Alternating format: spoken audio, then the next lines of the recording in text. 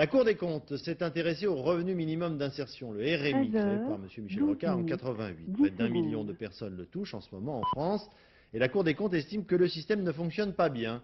Pas très bien, en fait, c'est ce qu'on craignait déjà au départ, et c'est ce qui est arrivé. Le revenu minimum permet, comme son nom l'indique, souvent d'assurer un minimum. L'insertion, quant à elle, est beaucoup moins évidente. De plus, on s'aperçoit que certaines personnes touchent indûment ce RMI. Stéphane Auman, Roger Mathurin, enquête.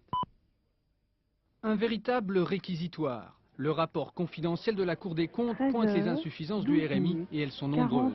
Réglementation trop complexe, délais trop longs, statistiques incertaines et contrôles insuffisants. Les sommes versées indûment représentaient 10% de l'allocation. Les fraudes sont rares selon la Cour des comptes, mais elles portent sur des sommes importantes. En 88, c'est le gouvernement Rocard qui a créé le RMI. Aujourd'hui, pour les socialistes, pas question de parler d'échec du dispositif. Ce qui est vrai, c'est que dans RMI, il y a revenu minimum et il y a insertion. Alors le revenu minimum, ça marche bien et c'est une bonne chose de justice, je le disais. L'insertion, ça marche moins bien. Le I de RMI doit progresser.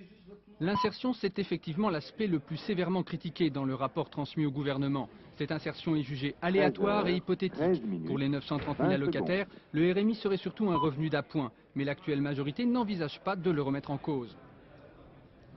Il est utile que la Cour des comptes tire la sonnette d'alarme sur un certain nombre de dérapages, mais c'est aussi au rôle des politiques nationaux, locaux, que ce soit pour eux un élément d'évaluation parmi d'autres et non pas le seul, parce que je crois que si on raisonne dans un domaine aussi sensible uniquement avec des chiffres et non pas avec le cœur, on s'en va vers de graves difficultés. 1994. La Cour des comptes met également en cause les départements qui affectent parfois les crédits votés pour le RMI à d'autres dépenses.